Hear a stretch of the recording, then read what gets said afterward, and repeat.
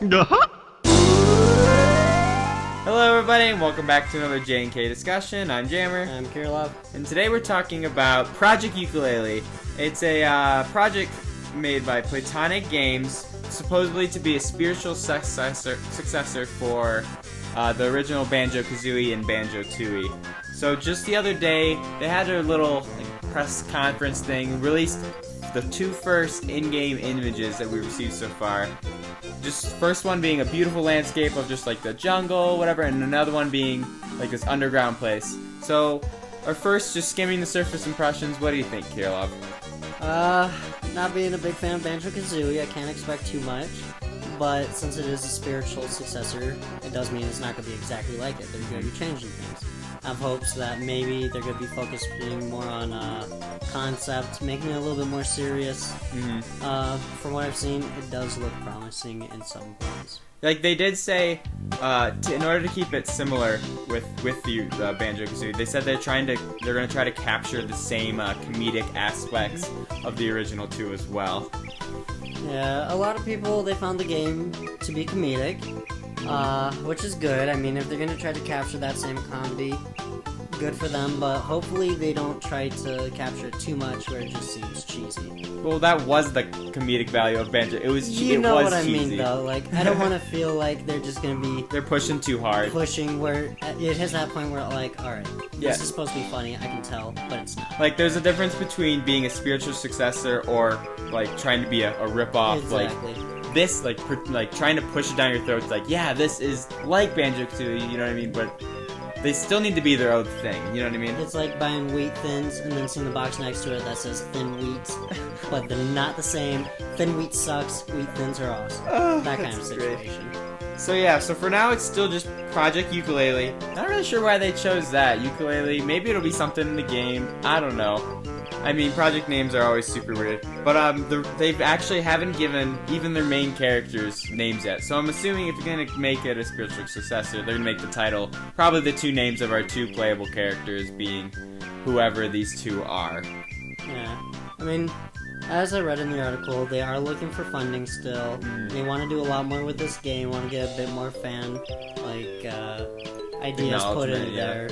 And so, the name will probably come along with that once they start getting a bit more comfortable with where they're sitting with the game and everything. Yeah, I was reading, they have a really pretty small budget. I think it was like 400,000 pounds or something like that. 400 is where they said that they would feel somewhat comfortable Oh, with. but they're less than that. They are less than that right now. Yeah. But they want to make more than that. So, some other things that they actually want to change from the first Banjo-Kazooie, they want to make, first of all, gameplay to be just less linear.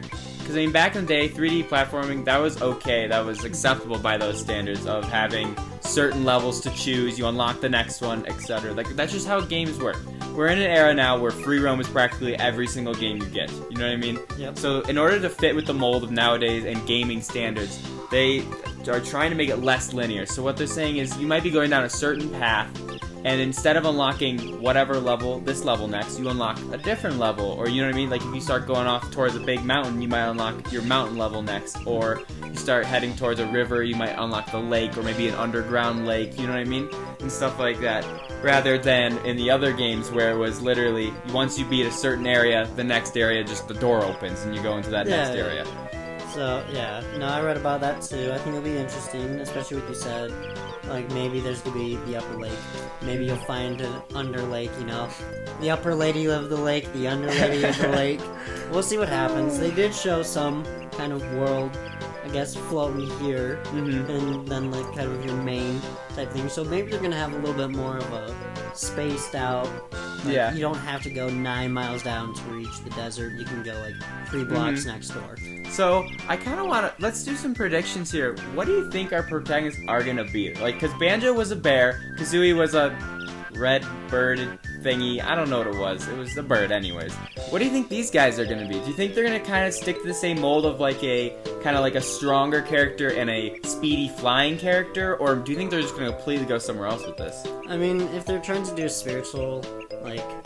successor, then they might throw in like a walrus and say a honeybee or something like that. I don't think it'll be like that. You know what I mean? Like, they're Maybe, gonna like- keep it to a flying type. Yeah, and you then, think so? like, a bigger type. Yeah, I could see the same too. In the first screenshot they ever showed off, it was just the the plants and then those two sets of eyes. After a lot of photoshopping through fans doing that and stuff, you can kind of see some like outlines and stuff like that. I'm sure a lot of people listening have already seen that, but you can see like on the first set, there's like really extruding eyebrows that kind of almost make it look like a reptilian sort of. Maybe an alligator or a lizard, and then the other one on his would soon to be his shoulder or next to him, kind of you can see a shadow of some sort of beak, a shorter beak, which could be maybe like I don't know, penguin or I don't know. An owl? Perhaps? Maybe an owl. Yeah. Who knows?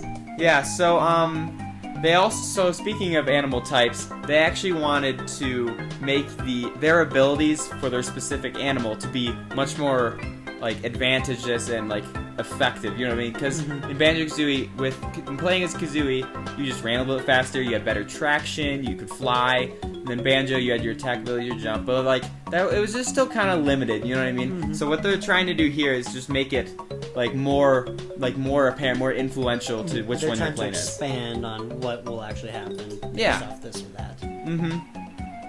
So the game as a whole, they're trying to make it as a size being in between Banjo-Kazooie and Banjo-Tooie. Banjo-Tooie was a bigger game than Kazooie, and they're both lengthy enough games, but they're trying to make it in between the two, which I think is a good middle point for spiritual successor. What do you think? I feel like just for the time, if they're trying to keep it more to like how we are nowadays, it's a bad move. I feel like they need to make it bigger than number 2, if number 2 is larger of the games. I always say go big, go home. I usually like to go home, but in this case, they need to go big. Well, I mean, of course they can't go smaller than the first game. But yeah. But I mean, at the same time, with the budget they have, and since it's just a Kickstarter, they're just like this. They might do a sequel to this too, but like they're just kind of testing waters because, I mean, the audience for 3D platformers, like, there's might be another reasoning why they're not around anymore because maybe the audience isn't as big as it used to be. You know what I mean? Yeah. So I think it's actually a smart move on their case to not make it as big as they potentially could make it. Just so then it'll save resources, and if it does boom, I don't know, DLC, a sequel, they can continue to adapt from there. My problem with that is, like, if it's gonna be with these times, and they set it out in between the second and the first, kind of when it comes to the size of it all, then that could really, if they do it right, it'll work great, but if they don't do it right, it's just gonna shut them down. Yeah, if they do it right, it'll be technically the rebirth of the 3D platformer. As far as which consoles they want to release this game on, there's a supposedly huge fan outcry for it to being on the Wii U. But then their a little official statement is, we're going to try to get it out to as many people as we can, simultaneously. What do you think about that? So, if they did simultaneously, sales would be great, I think, because then it allows everyone to just get it practically on the same day. Yeah. But the problem is, we have those people, Microsoft, Sony, PS4, Xbox One, and people are just going to clash and be like, no, no, no. Some people, I mean, it could work out great. They're going to be like, yeah, this is great. Kind of the first game that could be new, released for both of those consoles. You mean all three? This would be the first game. Besides, this would be, yeah. At least at the same time, because Watch Dogs were all on all three, but Watch Dogs didn't come out till like a year and a half later. We don't need to acknowledge our failures. And then, for another example is, being the opposite would be Rayman Legends was an exclusive on Wii U, and eventually was released to the PlayStation and Xbox. But this would, if they did it how they say they're going to do it, this would be technically the first game that came out on all three at the same time. Yes, if they did it simultaneously, which would be interesting to see what would happen, because all three consoles play a little bit differently. They all run the software a little bit differently, They run it differently, for sure. And so it'll just be interesting to see if they can pull it off. If they can actually pull that off, especially with the budget that they have. Yeah, right now. exactly. So if it is ended up on the Nintendo Wii U, what do you think about amiibo support? Could that be even a possibility? We're gonna have little walrus for Smash before you know it. It could happen. I mean, I could see amiibos if it became big enough. Then because technically, all the amiibo supports so far, besides the exclusion of maybe one or two games, have been mostly first-party Nintendo properties. But you gotta think at the same time, is there any third-party support for the Wii U? Yeah, exactly. No. there are there are a couple games I think that are supposed to come out for the 3DS that are going to be Amiibo support, but like it's not like they don't have. Like I know One Piece, which is a game come out for the 3DS. They have Amiibo support where you can scan in your Amiibo and you'll get like a costume of Mario and stuff like that. I could see costumes happening. So do you think they'll have their own line of Amiibo, or is it just going to support the Amiibo they already have? Or I feel like they're going to support the Amiibo we already have. I mean, I don't see why that company would start getting their own Amiibos unless they signed with Nintendo or something like that. Yeah, well that'd be the dream though. Get Banjo back on the Nintendo roster, or at least a successor. Back on there, sticking on there, and staying on there. Fine with that idea. That's great. Alright, so is there any final thoughts you want to wrap this up with? It'll be interesting to see what they do with it, what they're gonna announce later down the road, and just to see if it turns up in the end.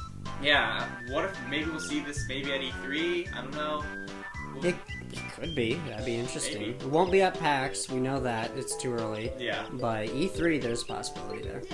Alright, well, thanks guys for watching. If you like this video, be sure to like and follow us on Facebook and Twitter.